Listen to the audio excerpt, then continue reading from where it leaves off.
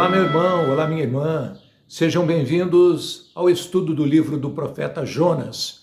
É uma iniciativa da Renovação Carismática Católica em todo o Brasil, mas de maneira especial aqui na Diocese de Lorena. Esse estudo é um propósito assumido, inclusive também pela Conferência Nacional dos Bispos do Brasil, para o mês de setembro, o mês da Bíblia. E nós estamos estudando o livro de Jonas.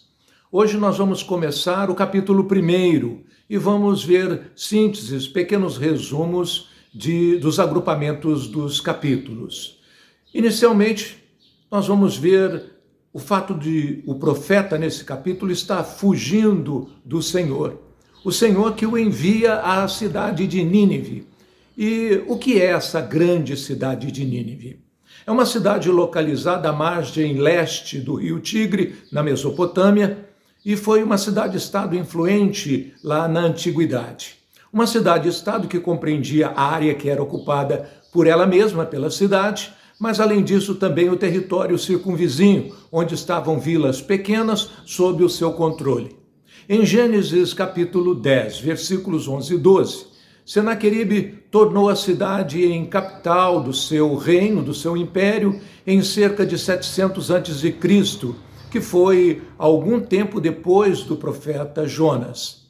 Ficava a mais de 800 quilômetros da Palestina, um longo caminho a ser percorrido a pé. Os pecados de Nínive não foram descritos especificamente nas Escrituras, mas a cidade era grandemente conhecida como centro promíscuo de culto à fertilidade e por sua crueldade com as vítimas da guerra.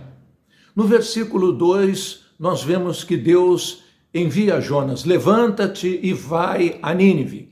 Envia esse profeta para pregar aos ninivitas, conforme está no versículo 3. Mas o profeta, amedrontado, foge e compra passagem em um navio que se destina ao outro lado do mundo. Ele se isola e vai dormir.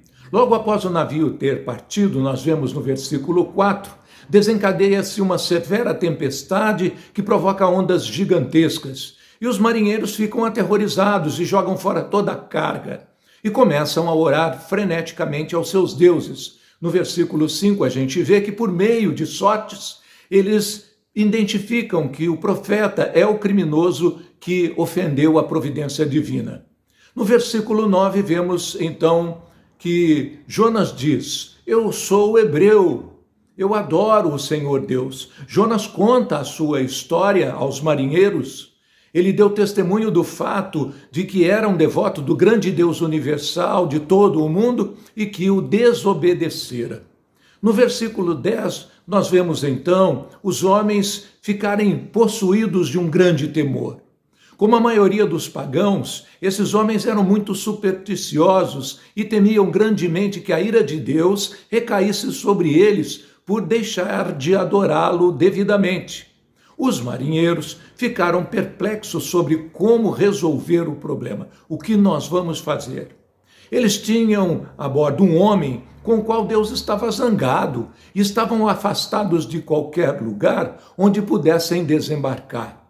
No versículo 15, nós vemos que a tempestade cessa só depois que Jonas, a sua própria sugestão, é lançado ao mar. O cessar da tempestade parecia confirmar a sua decisão. E sentiram-se sacudidos no íntimo de seus corações quando eles perceberam como tinham escapado por pouco da ira do grande Deus.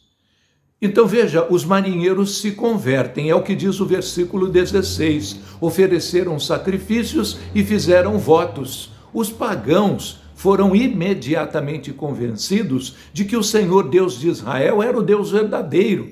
Abandonaram seus ídolos e ofereceram seus sacrifícios de ação de graças e consagraram-se ao Deus de Israel. Continue acompanhando logo mais o capítulo 2 para ver essa empolgante história de Jonas aqui nos nossos estudos. Não perca a próxima etapa. Um grande abraço. Fique em paz. Deus te abençoe.